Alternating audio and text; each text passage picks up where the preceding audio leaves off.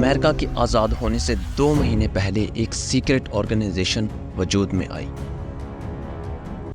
250 साल पुरानी ये सीक्रेट ऑर्गेनाइजेशन जो बैक एंड पे पर्दे के पीछे से पूरी दुनिया को कंट्रोल करती है, इसके बारे में कोई कुछ नहीं जानता। वो दुनिया में कुछ भी कर सकते हैं और वो करते हैं। कोरोना वायरस के बारे में कंट्रोवर्सीज ही हैं कि ये दुनिया में कैसे आया, क्यों आया, क्या ये लैब में बनाया गया था या फिर ये कुदरती था। अगर ये कुदरती था तो इतनी जल्दी दुनिया में कैसे फैल गया, कोई नहीं जानता। उस ऑर्गेनाइजेशन के साथ कोई भी अगर जुड़ता है वो वापस नहीं मुड़ सकता और वो उनके बारे में बता भी नहीं सकता। जो भी उसके बारे में बताना चाहता है मारा जाता है और जो बताना चाहेगा वो मारा जाएगा। व्यूअर्स, इस वीडियो में हम उस सीक्रेट ऑर्गेनाइजेशन के बारे में आपको बताने वाले हैं और वो कैसे वजूद में आई, वो कौन लोग थे जिन्होंने इसको बनाया और इसके बारे में कुछ बहुत ही इंटरेस्टिंग स्टोरीज, जैसा कि अमेरिका के प्रेसिडेंट को किसने मारा, माइकल जैक्सन को किसने मारा, ये सब हम इस वीडियो में बताने वाले हैं।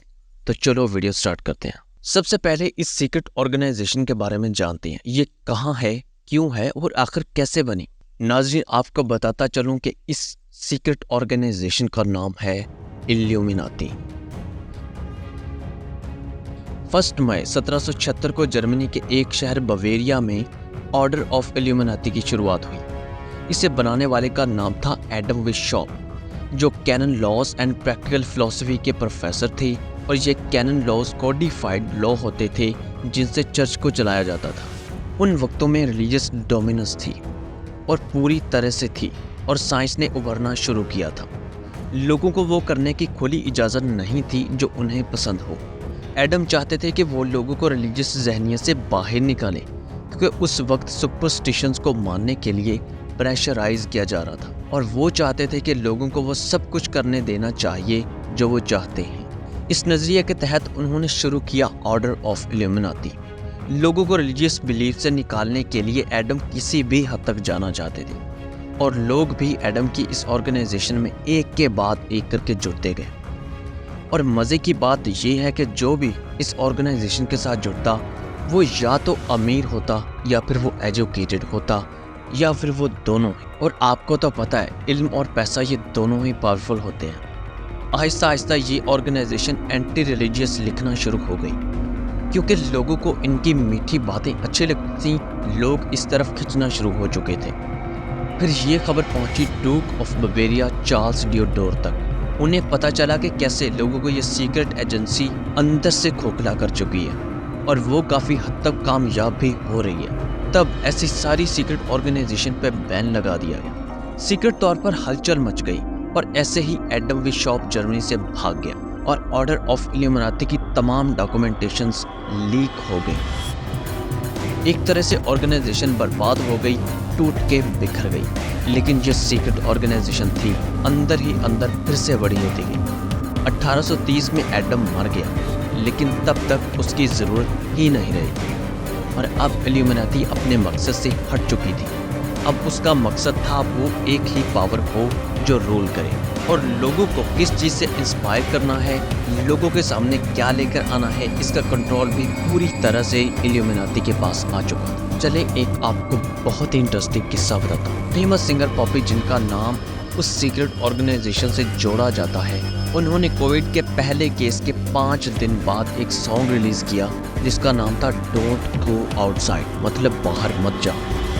ये पूरा गाना कोरोना के अराउंड घूमता है। तो आप इसके बारे में क्या सोचते हैं, कमेंट्स में शेयर कीजिए। ट्रेविस स्कॉट, एक फेमस सिंगर जिसने नवंबर 5, 2021 NRG पार्क ह्यूस्टन में एक शो होस्ट किया। इस शो का पूरा सेटअप डेविलिक था, जिसमें इन्होंने शैतानिक रिचुअल परफॉर्म किए, जिसकी वजह से उस शो में एक एक्सट्रीम लेवल की नेगेटिव एनर्जी क्रिएट हुई। इस बात के सबूत भी हैं कि शो के चलते 8 लोगों की मौके पे ही डेथ हुई। लोग चिल्लाते रहे, please stop the show, please stop the show. हाँ, कुछ लोगों की सांसें रुक चुकी थी। अमेरिका के प्रेसिडेंट जॉन कैनेडी तब मारे गए जब वो प्रेसिडेंट थे। आखिरी बार जब उन्हें देखा गया तो उनके साथ एक औरत बैठी थी उस कार पे और उसके हाथ में गन थी। उससे पहले और उसके बाद उस औरत को कभी किसी ने नहीं देखा।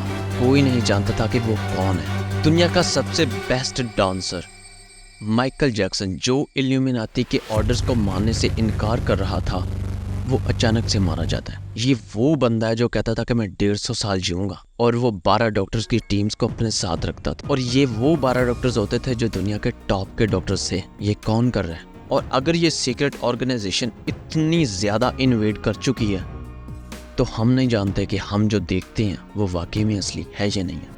आखिर ये ट्रेंड कौन चलाता है? ये ट्रेंड सेट कौन करता है? पहले ट्रेंड्स को कौन ख़त्म करता है? फिर पुराने वाले ट्रेंड्स को कौन शुरू करता है?